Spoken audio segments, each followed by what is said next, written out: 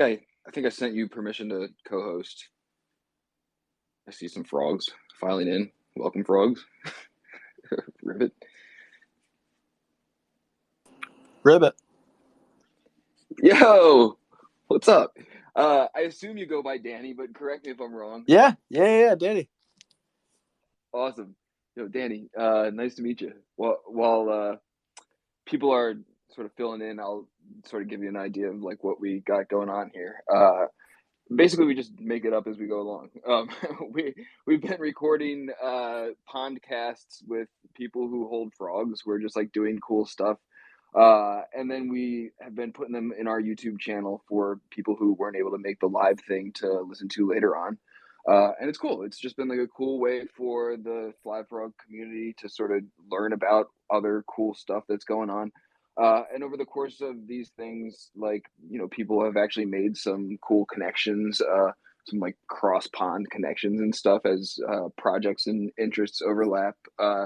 So we can do whatever. Like I said, we just make it up. If anyone else in here like wants to do a podcast at some point, feel free to interview another frog somewhere. But so we got Danny on today, who I'm not. I just haven't been in the same circles as Danny, to be completely honest with you. And I know you've been involved in some really cool stuff that I'm actually like really interested to hear about. I have a feeling we have like a lot of overlapping like interests and similarities and things we've been up to.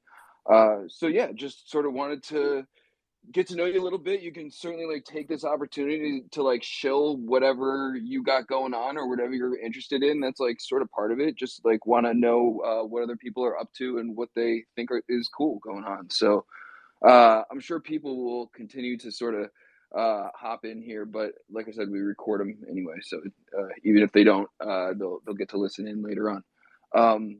So Danny, what do you want to do, like a little intro or like an elevator pitch on like how you ended up in Web3 and in this Twitter Spaces with a bunch of frogs?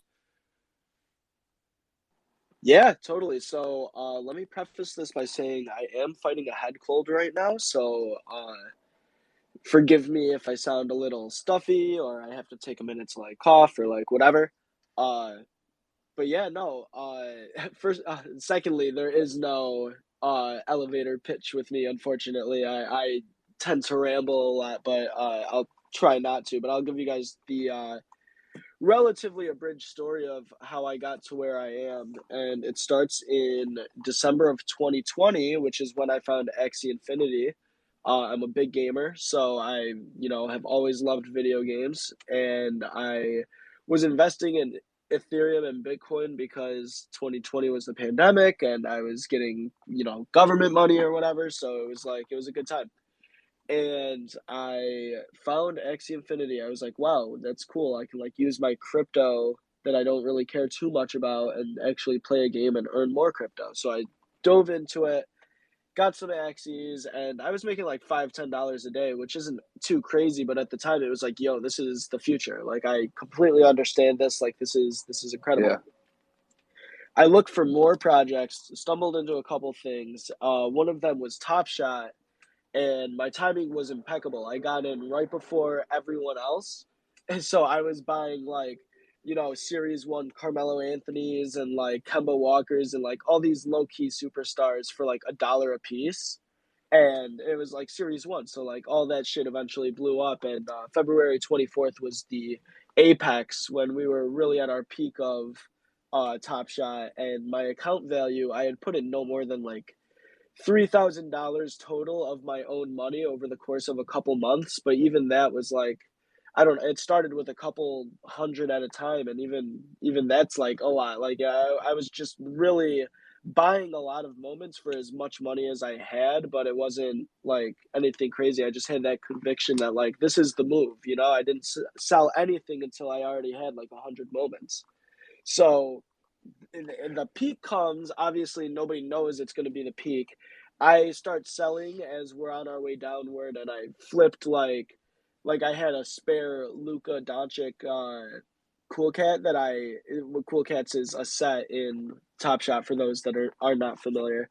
I traded that moment into a ghost, and then I traded that ghost for Amoeba, and it's just like that. This is the part of the story where things get a little crazy. Like around March, I found Zed. I was doing Nifty Gateway the whole time. I actually maxed out a credit card for like $10,000 on Nifty Gateway of cash I didn't have, but I was just like so. I was so, dude. Oh yeah, You're dude. all It's yeah. in, Oh man. yeah. That's like one of my legendary moves. It's fucked up. I would never tell anyone to do that, Yeah, but like because I did that, it really worked out in my favor, and I was able to pay off all that debt, and still have NFTs and cash to spare. So it was like really fire, and I just kept rolling into things. I minted an ape. I wish I still had my original ape, but I don't. But it is what it is, like I was there for it. I was there for ghosts. I had like 7 ghosts at one time, and I was just giving them away to people. And so like that's pretty legendary. Like I was there from the beginning and helped Gogeg like go through his whole yeah, progression of starting the Discord and building out his community, and that what he's been able to turn it into is absolutely insane. And so after all that, it became NFT summer. Like summer of 2021 was when things went wild. It was projects minting all the time. Some of them are gonna hit, others aren't. Like I got Cool Cats and all of the other, like I got Gutter Gang, and I obviously I got the other ones like Yetis and My Fucking Pickle and like yeah. all of those We all got classics. a Yeti in a pickle.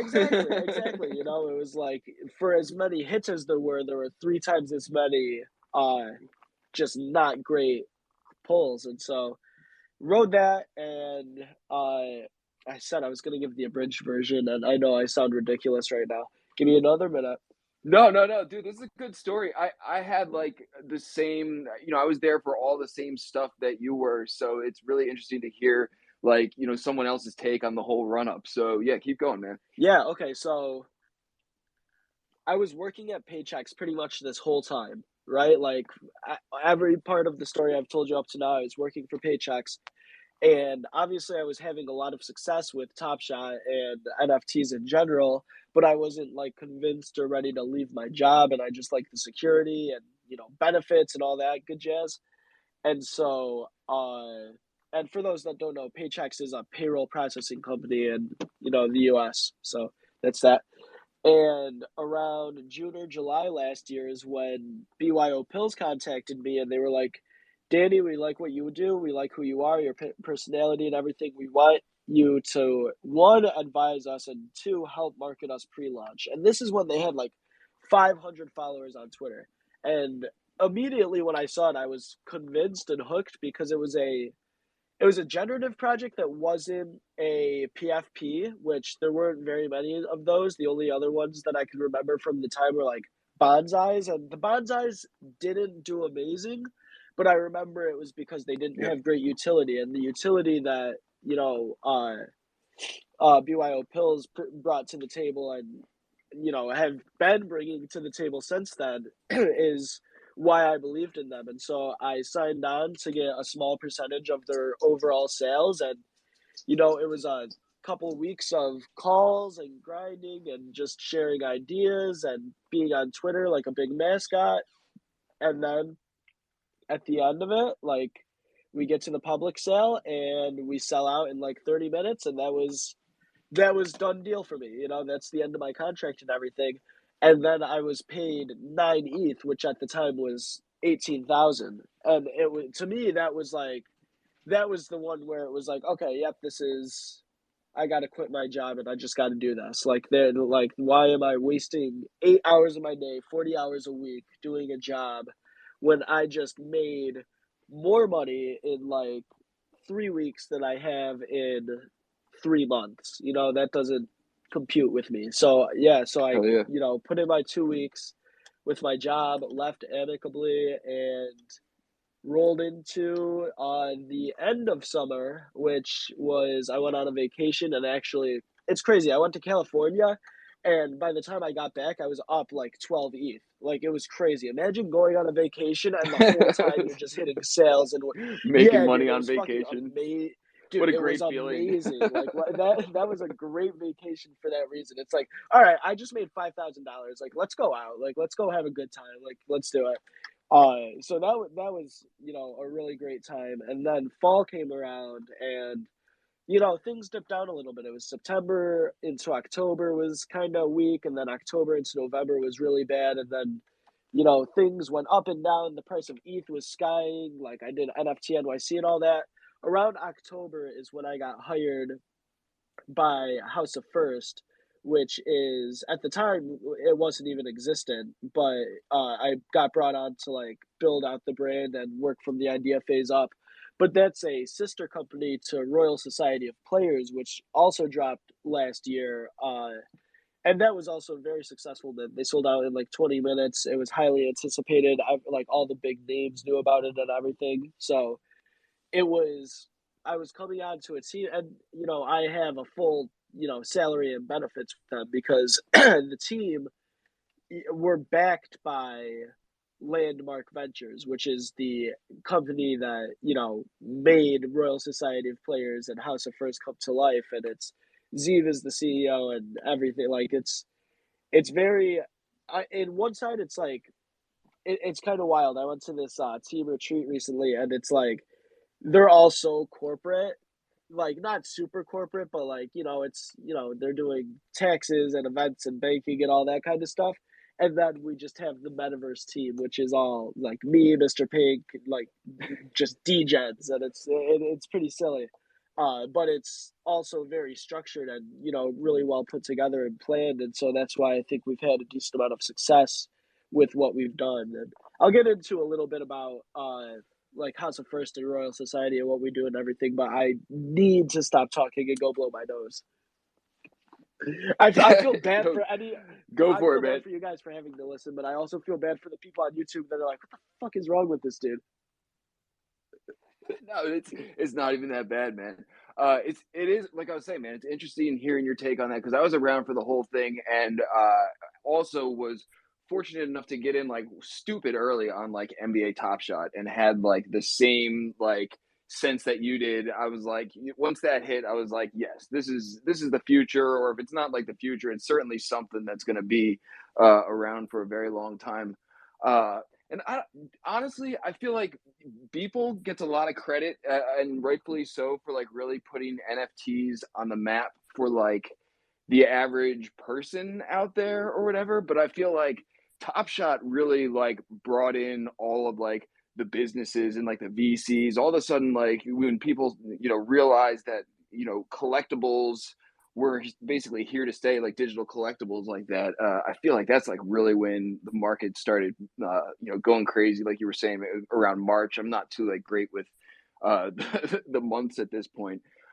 So dude, you're like full time. I made the leap when you were saying that you were working for paychecks. I just thought you were like like talking slang, like just grinding, like working for paychecks, and finally I like got Pretty out of here much, though. Pretty working for much, Web yeah. three. Dude, I was doing the same thing, man, and I went full time like Web three around like 2000. Let's see, 20. I want to say, and it's awesome, man. I could never like go back.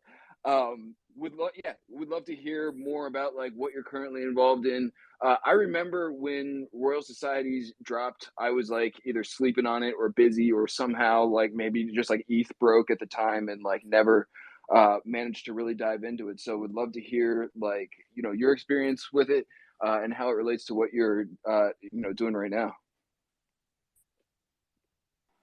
Totally. So my story with Royal Society is actually that I wasn't connected to the team at all. I had been friends with Zeev, the founder, because of Top Shot, and he had his own server that I was a part of, and that was like a big alpha server that there were a lot of whales and other decent sized players from the NBA Top Shot days. We all would just hang out in there and share alpha with one another. And the idea was that Top Shot would expand that and open up that community to other people. And it, like I said, it had a very successful launch. I bought 20 of them, but it was gas war season, so like you buy 20 and it costs, I don't even know, maybe it costs 3 ETH total for all of them, maybe 2 Yeah. ETH or something. And then it's like, like I spent, 1.2 ETH on gas. Like, let me sell a bunch of them to get that back. And So I ended up selling most of mine, including a couple rare ones, which, obviously I regret, but you can't really have regrets in the NFT space, so I actually don't regret it. But regardless, I stayed in the community. I kept a card or whatever, or a couple cards, and that was kind of that. Like, I know that it did go up and down, and it's settled a little bit above floor price. Like the floor was at like point 0.2 for a while. It was as high as like point 0.4, point 0.5, but it settled down around like point 0.2, point 0.15 for a while, and then right now it's right around mint price, and that's because we came out with an announcement recently that we're going to be restructuring some things, and what we found is that the original goal of creating this extended alpha server, like, because that's what it was an alpha server. There was like maybe 200 of us in there. We all really enjoyed each other's presence. It was like really cool. The idea was to expand that, and when we brought other people in, as collections do, it turns into money. It all turns into buying and selling, and what's the floor price, and expectations that are put on the team and the project itself, and like, when are we going to get this and this. And I'm not saying that we haven't been working, because obviously we have, but at a certain point, uh you kind of get locked into somewhat of a tunnel vision, where it's like we're so focused on everything that we're trying to do that we're forgetting about what we actually set out to do. And now we're not actually doing what we set out to do. We're just kind of almost a puppet, to the community, and it's kind of felt like that for a while. And so we as a team have been like, yo, we kind of got to take this back over, and start giving people not necessarily like everything they dream of, but things that we think they'll enjoy. So that's where we're at with Royal Society. And overall, like, yeah, I know what's coming, and I think that people in our own community are fading us right now, because for one reason or another. I'm not gonna spread fun about our own community right now, but I think there's these expectations that have been set up for so long, and so many people are so invested and so deep, that it's like we're almost catering to them, and that just can't be how it is. We have to focus on our own vision and our own goals, and find success that way. So that's what we're trying to get back to. And on the other side, there's House of First, which I think is super successful right now, and we're gearing up for our third launch, which is slated to come out on April 28th. But with everything going on with Royal Society, considering how the two, like, all right, so third project is Metaverse Players from House of First, and it's going to go directly with Royal Society of Players. It's going to be a companion drop, but it's under the House of First, and so there's going to be two forms of utility for every NFT you have, depending on whether you just have a MVP Metaverse player, that's all you have. Then in the House of First, you'll have utility. And then over in Royal Society, if you have a Metaverse player, you have an extended amount of utility based on the cards and chips you have. And so right now, it's just realistically, like Zeev was saying it last night, the timing of our announcement and the tone in the announcement itself, of how we came out and said, like, we're feeling like a mutiny is going on almost, and we have to rewrite the ship. Yeah, like it's really like, it's not that bad, but it does, like, for a while it's like we were just working, present something, and then people would be like, no, we don't like that, and it's like, all right, well, back to the drawing board. And it's not even necessarily we don't like that, it's just a lack of enthusiasm. And it's like, if we put on, say, a game night or something, and we have 3 people come, it's like, what's going, why are you guys here? It's like, you have such big holdings, you believe in us so much. What's I Yeah, don't dude. know. When stuff's not going to the moon, like, the communities can turn ruthless, man. I mean, It's tough. you've seen it like over and over again. Even like, well-intentioned projects. People start losing money, they start getting pissed. Uh, Dude, let me pause you for a second, man, because I'm trying to understand like exactly what the metaverse players is and how they work. I'm looking at them on OpenSea as we're talking. Uh, Obviously, it looks like they haven't been revealed yet, but it looks like a PFP. But is this like it's a game depending on, or like they have different utilities, or like what exactly are you getting, or do they do when you get one of these?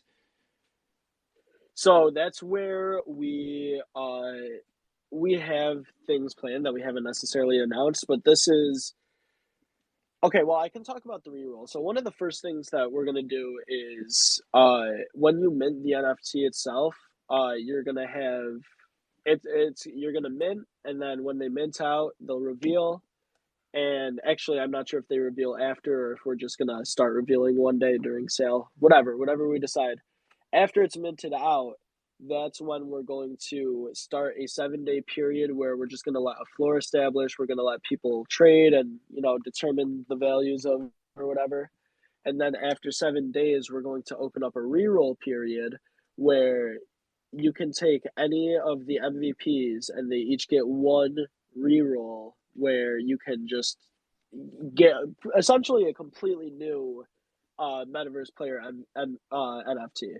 So say you get three, for instance, and two of them you really love and one of them you're just not really vibing with, you can after a week roll it again, and there's the potential that you'll roll something really crazy, Oh, that's something cool. rare.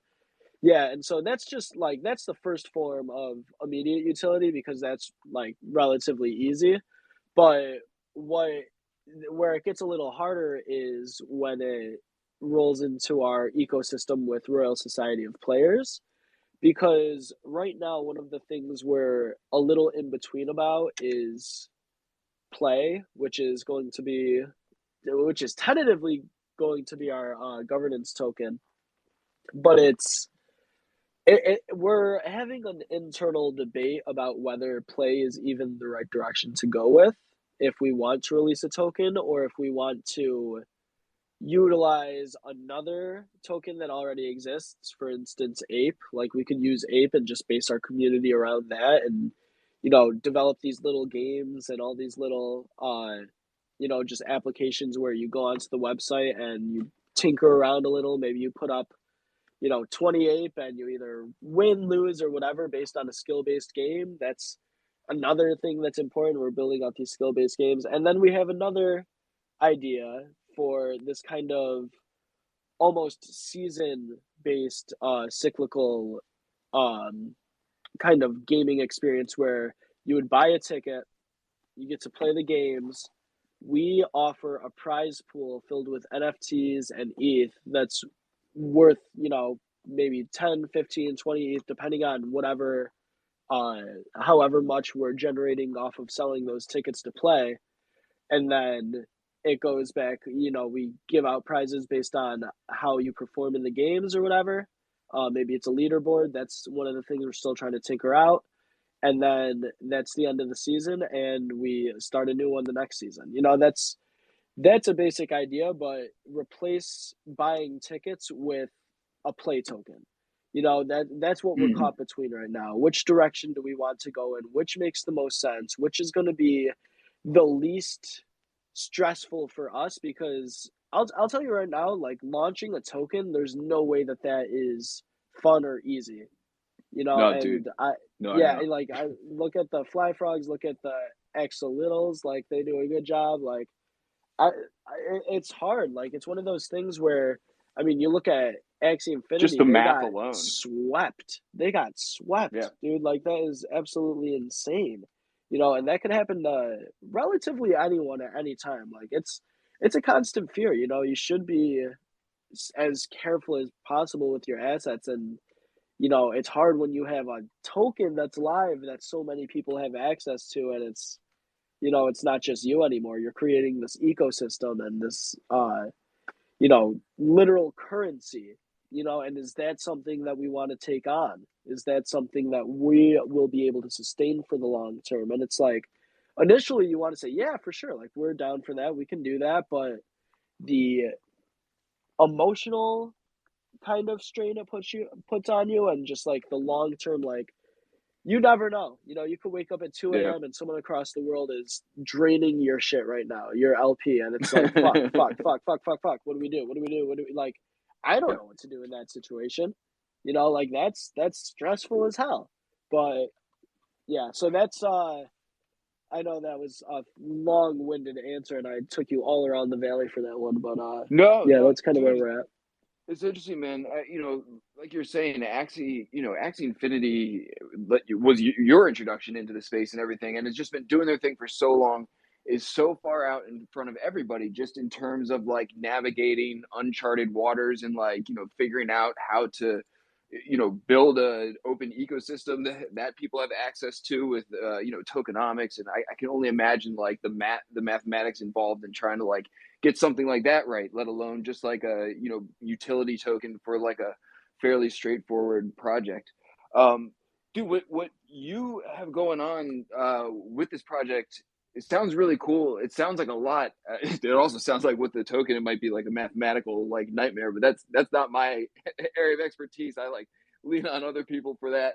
But I know what you mean. Are there other like what would you compare this project to?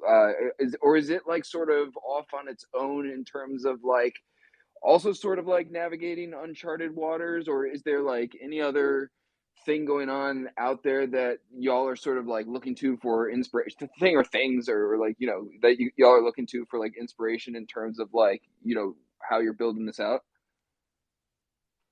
So, in terms of so that's what's kind of interesting about House of First in general is that it's a platform, right? So we're taking in different projects, and so let me take a step back. Even House of First is a Genesis drop house. So one thing we saw that was kind of common in NFTs is that people come into the space as collectors and as artists and just kind of have to figure it out for themselves.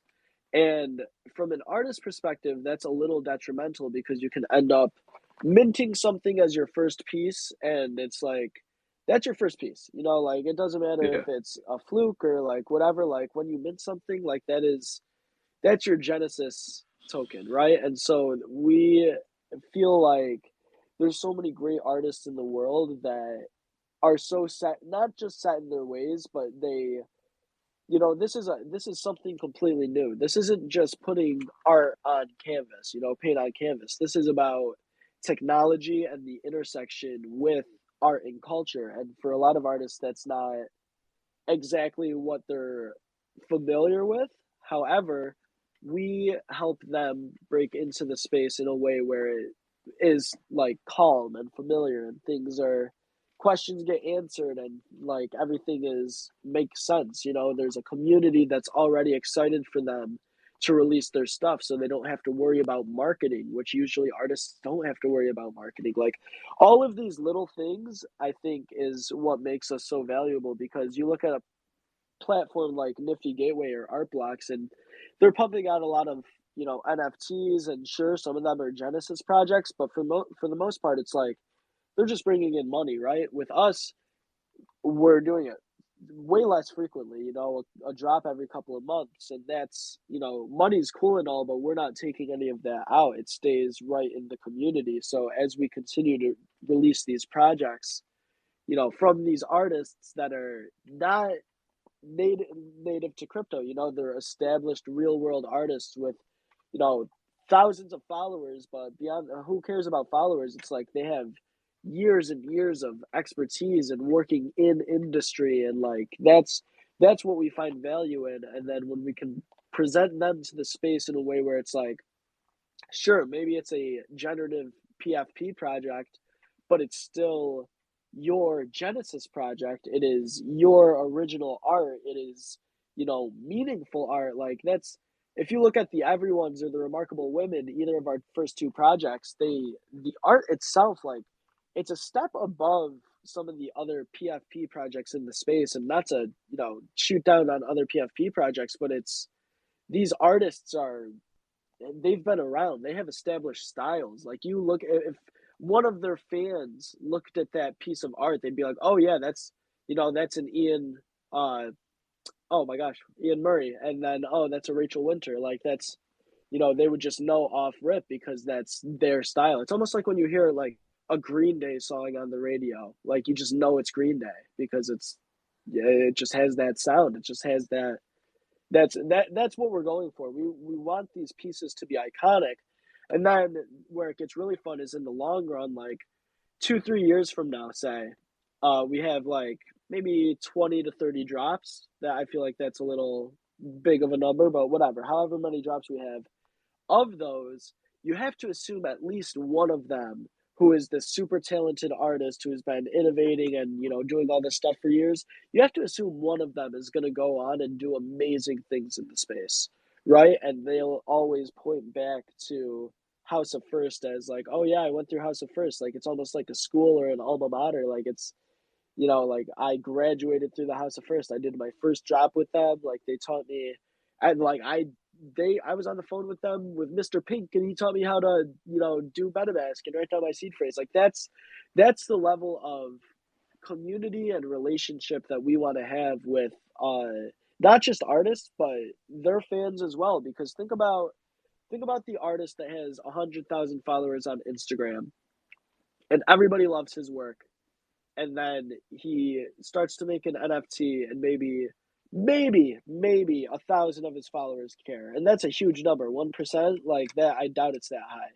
However, there's still that other 99% of people that don't care, but they could potentially care, and those are the ones where it's like we got to reel them in. We got to get these people to understand that like you can consume someone's art that you love, and that could be all it is. You could just buy the NFT, and that's the end of the day, and you have this nice digital, you know, whatever, and that's or you could try to flip or like whatever. Who cares? That's the bigger idea is not about the pictures, but it's an introduction to the technology. I keep telling people that are like, tell me about NFTs. It's like, I, who cares about NFTs? Look into blockchain. Look into the technology and what it's capable of, because everyone in the world is getting hung up on NFTs right now. It's like, why are these pictures selling for so much? It's not the NFTs that is the value. It's the Yeah. it's the technology that's driving it. I just had this conversation with someone. Like, it's so interesting. Like, NFTs and blockchain are just like so fascinating to me in general, and just because of the sheer amount of like things you could do with them, and like endless possibilities and everything. And it's so interesting how the sliver of like what NFTs can do that went mainstream, like went like so mainstream and brought like so many people in with it, but it doesn't seem like the level of like blockchain enthusiasts has like really skyrocketed proportionally, or even at all. The community of people who are doing like truly innovative stuff that are pushing the boundaries and everything, I feel like in a lot of ways are unrelated to that like giant influx of people who are just like, why, we're just here to like flip PFPs, or just essentially buying lottery tickets and everything. Not that there's anything wrong with it. I know you I know you've done it, man, and that I've done it as well, and came up during like the big run up and enjoyed it, to be frank. Like, it's super fun hobby to have and everything. But it is interesting, and dude, it's cool to talk to someone else who's just as passionate about onboarding people and like giving people the tools that they need within Web3 to make themselves successful. And a lot of people don't know what they don't know.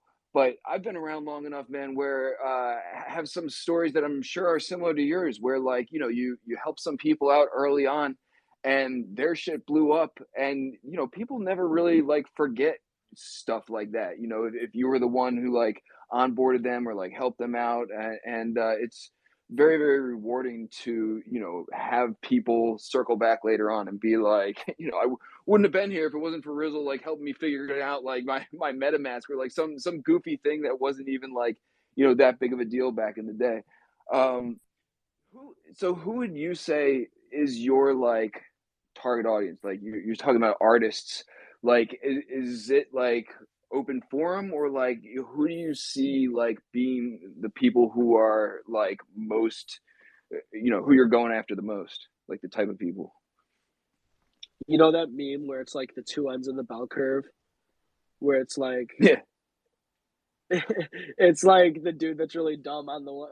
This is that was so rude. It's not the dude that's really dumb, but it's the let's say the yeah, less yeah, yeah, yeah. educated people in the NFT space, and then there's the angry people in the middle that are constantly looking for the flip and whatever, and then there's the other end of the bell curve where it's the hodler, the enlightened collector who's been around for years. That's like, no, these are Genesis pieces. Like this is valuable. I'm gonna just buy these and hold and just wait. Like we're aiming for the two ends of the curve. We want the people that have no idea what I listen. It's fucked up. I hate that I said the dumb people because that's not accurate at all of what I mean. I was No, referencing the meme itself, but like on the I one got end, it, man.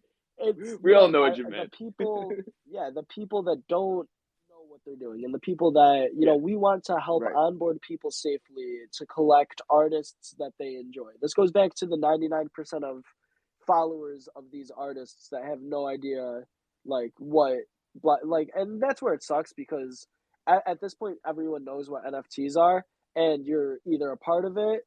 Small percent is indifferent, and then a very large percent is like, oh, fuck NFTs, fuck those people, you are destroying everything, you're bad, Yeah, and it's like, how do you market to those people? Like you really, it's really hard to, but it's at a certain level, it's you just have to kind of level with them and be like, listen, if you think you're open minded, if you think you like like just like I don't know, do better research, like figure it out because it's like one of my favorite Satoshi Nakamoto quotes is if you like it's essentially I don't have time to explain it to you. Like if you're not on board with me, like fucking I don't have time to tell you what's what. Get out of the way. like that meme with like the group of, it's just like the stick figures or whatever that they're all talking, and then like the one person's like, I right click saved your NFT, and then they like give them a thumbs up and go back to talking or like Yeah, something along those. exactly. Yeah, exactly. It's like I don't know. It's tough, but that's So we want to get to the people that are open minded that aren't part of it. Like we want the people that are like, oh, you okay? For starters, like, all right, you like this Collectors artist, you like this specifically. art. Yeah, yeah, Not okay, even collectors. No, collector. That's okay, the other end. That's the other end. That's the end where it's like the people that have been around, the people that know what has value, whatever. Like, those are like a little more few and far in between. But as for people that are new to the space that are excited and maybe a little overly excited, you gotta ease them into it a little. Like that's what we want to help with. We want to be that educational platform that really onboards people so that, like you were saying, like people remember who helped you early on. Like that's one of the things that's most valuable about the space is how everyone is so willing to help out. And so if we're just one of those platforms where it's like if we're synonymous with newbies entering the space, I don't think that's necessarily a bad thing. Because we do cool stuff. Our first two projects we have staking out, and it's staking for different reasons. One of them had a uh like ETH rebate. Like I staked like 10 of them and got like 0.14 back. Like that's pretty cool. And then the other staking for remarkable women, we have metaverse clothing and real physical clothing coming out. Like that's really cool. And the only way to get it is from staking. Like that's different in my opinion. That's cool, and that that is introduces cool. new people to these different mechanics of like, all right, what is a metaverse? Like, what is a wearable? Like, what is Decentraland? What is staking in general? Like, how do you stake? Like, what does it mean to stake? And we have a really cool gasless staking mechanic. So like, you can just go right onto the website, sign the transaction, and there's no gas you have to pay. It's literally just a wallet sign.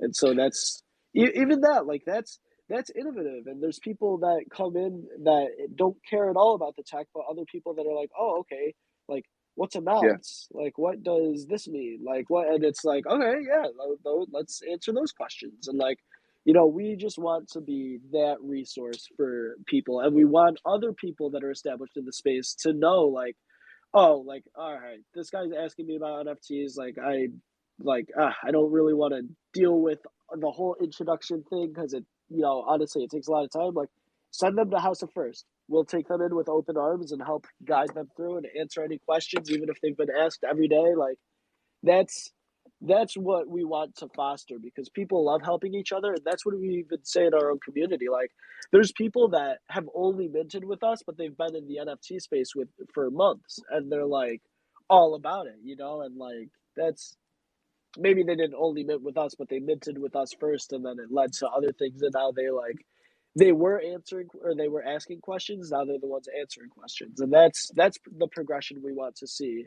for community members and for artists. We want the artists to become knowledgeable and know what they're talking about too. Okay, I think I get it. So let me like roll it back to you and see if I like grasped it properly. So it's an educational platform uh in its own right in terms of like onboarding people who just want to like learn about NFTs and like web3 and stuff, but you're also offering like I guess what's basically like hands-on ways to learn in terms of like learning to use staking and that kind of thing. So like one step farther than basically like a web 2 like splash page like knowledge base, you're like giving people some hands-on ways to like actually get their hands dirty within web 3 and sort of like get their start. Like is that basically, do I have it like That's spot on. And I've never really like we think of it as an educational platform, but from the perspective of like a hands-on, go in, buy one of our NFTs for zero point zero 0.05 right now or whatever, and go stake. Like learn how that works, and like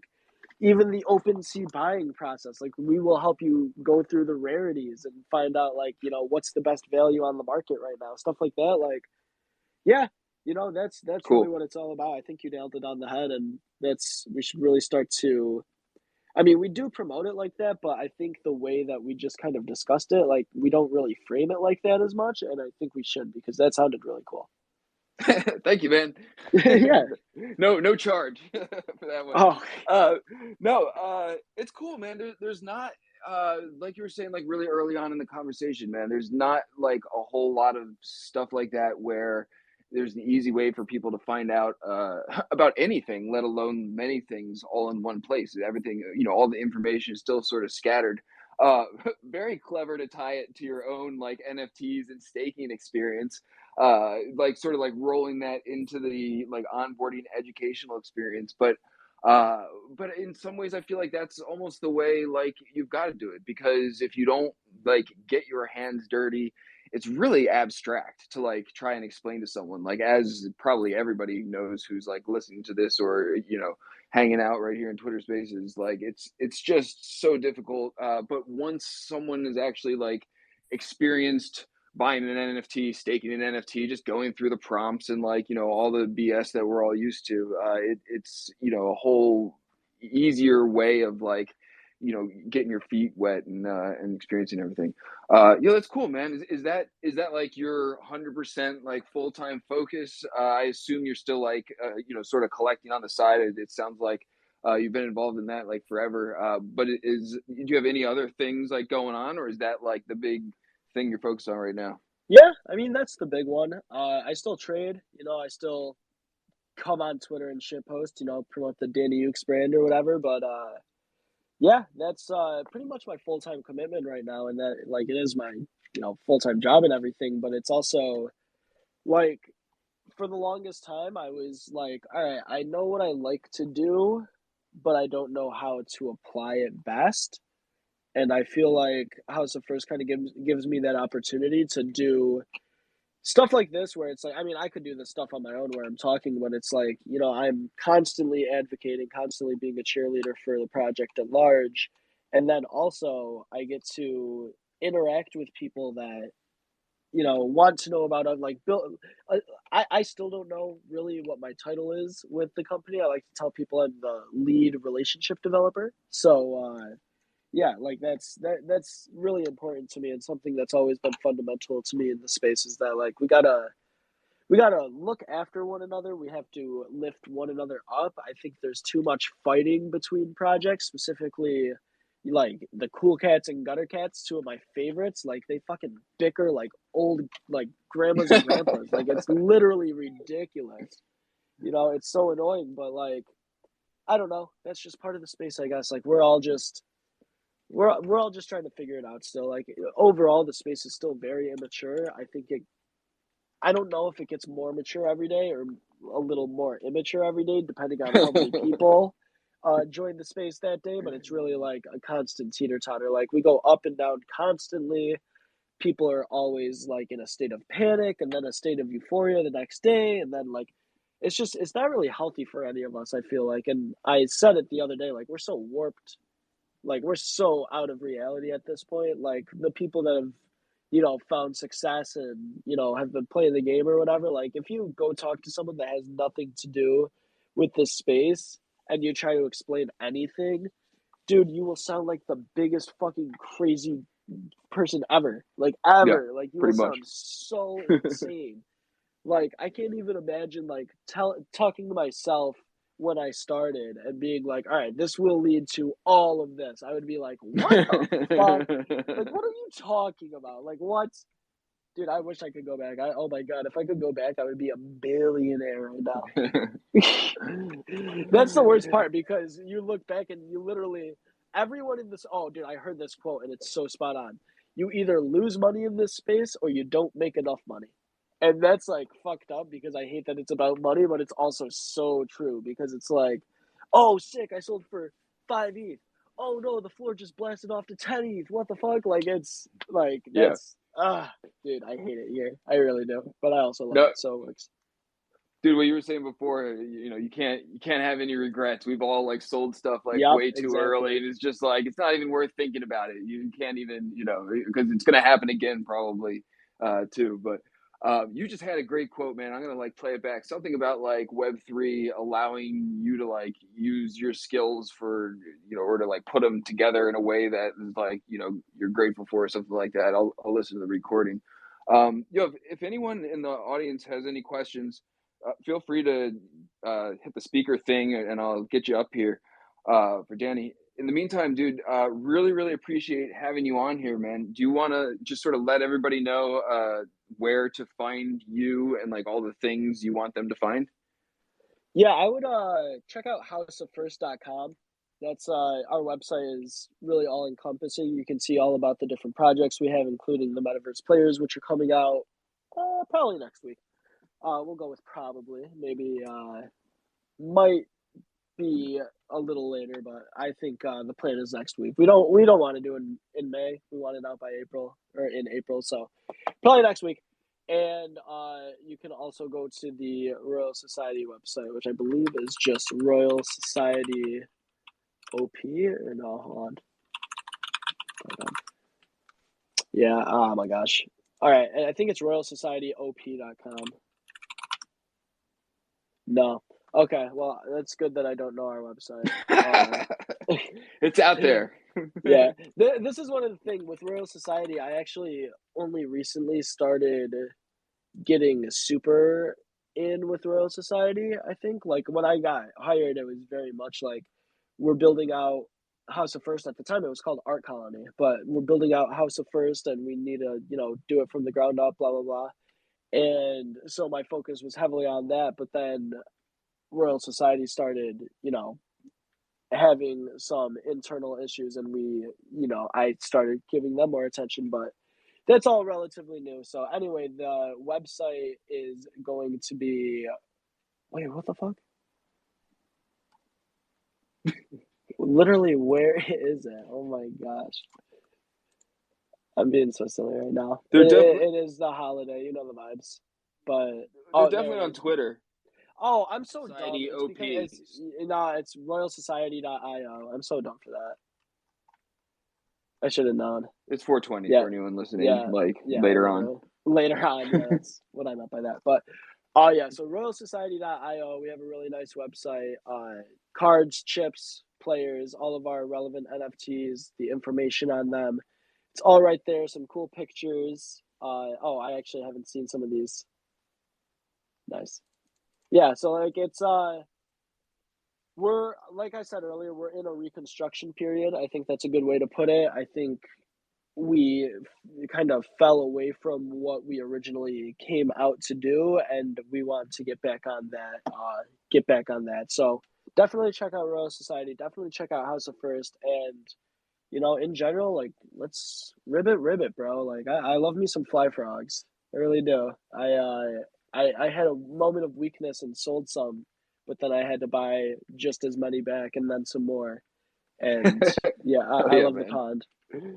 We actually got Fly Frogs himself in here for a question, I assume, or a comment. But feel free. I think I got you up here as a speaker, so feel free to unmute. Yeah, I see you having a lot of fun on Twitter with your passion of fingerboards. I mean, I'm a toy inventor, so Yeah, I love seeing that. Like, I don't know, just speak a little more about that passion and when's it going to become an NFT project of yours? dude. Okay, sick question. Uh, I got my. Well, I've known about like tech decks and shit for years, but I got like an actual fingerboard. Actually, no, it wasn't even a real fingerboard. It was I got a tech deck in end of September. It was like September 30th or something. So like really the end of September, beginning of October. And I remember the night and the next day I got it. I practicing for hours trying to get an ollie down. And then I don't know how or what clicked, but at one point I like hit the motion just right and I was like, "Oh, wait, I think I get it." I literally like audibly gasped and was like, "Oh my god, wait, I think I get it." And then I like was able to ollie at that point. And that's like the biggest hurdle. I think in skating in general, but also in fingerboarding is that like learning how to ollie is hard. Like it's really hard, but once you get it down, you open the door to like, all right, shit, like I can, bust different moves and like flick my finger and hit a little like kickflip or like whatever. So just been practicing for months. I got some like real boards. Like I spent like, over $20 on stuff instead of just, buying cheap plastic for $10. And yeah, I got some like real wood, some real metal trucks, some nice polyurethane wheels, like all the good stuff. So now I have like, well, I have a bunch of stuff. I'm not gonna lie. Like I've gone pretty. One thing about me, I tend to go 0 to 100 when it comes to my hobbies and interests. So yeah, but I have a great time with it. I bring one pretty much everywhere I go because you just never know where you're gonna see a cool little spot to bust a quick little trick. And I don't know, dude. I also feel like I'm like self-diagnosed ADD or something. I just like anything that can keep my attention for that long, just it's wild. Like I could literally sit at a table with just a fingerboard for hours on end. I really could. I really could. But I don't know. Yeah, and in terms of when it's going to be an NFT, there's actually a decent amount of different projects that are doing stuff around skating culture in general, but also around fingerboard stuff, which I find so interesting because I feel like it's such a niche hobby. But I think there's a lot of potential for it to be like, I don't the official sport of NFT people because we're all just sitting at our desk Yes. anyway. Like it's one of those things you can literally just pull out and play. Dude, it's so fun. It's literally so much fun. I'd want to go downstairs and play with one now. I need to But look at yeah, there's you've been uploading videos and stuff. I need to like yeah. Hold look on, at his board. You're making it sound very fun. I'm like, dude. I need I'll pin one. I'll pin one to the top of the profile because I got some Yeah, right steezy on. videos. I just can't believe you're saying you just picked that up as a hobby. You didn't like do it as a kid? I did it like I had a fingerboard as a kid, but I never was good at it. Right? Like I could never ollie until recently. Let's put it Yeah. that way. That's just impressive that you learned all those cool tricks recently. I can It's confirm that on a regular skateboard that ollieing is like nearly impossible. I think bro, basically nearly impossible. You're eventually just like ridiculous. gave up as a kid after like billions and billions of attempts. I'm like, maybe this is just a sport that's not for me. I can't like post a video for whatever reason. Like I can't pin it to the space. Weird. I'll I stalk wonder your Twitter why. account, man. We'll find it. For the people on YouTube who wouldn't be able to see it anyway, make sure you go stalk Danny's Twitter account and find the fingerboard videos. I'm about to send it to you. I just DM'd you a good one. Yes. Thank you, man. But yeah, so that's I don't know, that's a fun little hobby that I just picked up during this NFT boom and now it's like I want to retire off NFTs so I can focus on my real passion, fingerboarding. Beautiful, man. Do you have any other quick questions? Happy to let anyone else out here or Fly Frogs if you got one. Otherwise, gotta wrap this at the top of the hour. Um, second. Feel free to just like barge in here. Danny, dude, it was like a pleasure, man, getting to know you and like you're come up in the space and all the stuff that you're involved in, and just sort of hanging out with us here. And also, of course, your like enthusiasm for the frogs and the tadpoles and all of that. But this is fun, man. It's always great to talk to people who have like been here for a very long time and hear their perspective on things. Yeah, dude, such a pleasure. Honestly, I'll be happy to come back too. Like Right on. this has been cool, and I mean, obviously, I've been talking about me the whole time, but I'm excited to come back when there's some other people up here that are down to hang out and share some conversation about whatever. Yes, man. Anytime. We'll keep you in the loop for sure. Thank Awesome. you everybody for listening. Thank you, Danny, for giving us the deal on all the stuff that he's involved with. Make sure you follow him on Twitter. He is at Dan VERNO. Got that right? Yeah, Dan Verno, that's my name. Dan Verno. Yes. Thank you, man. And we will see you in the pond. And keep tuned for the next podcast. Hell yeah, baby. Thank you. Ribbit, ribbit. Ribbit. Ribbit, ribbit.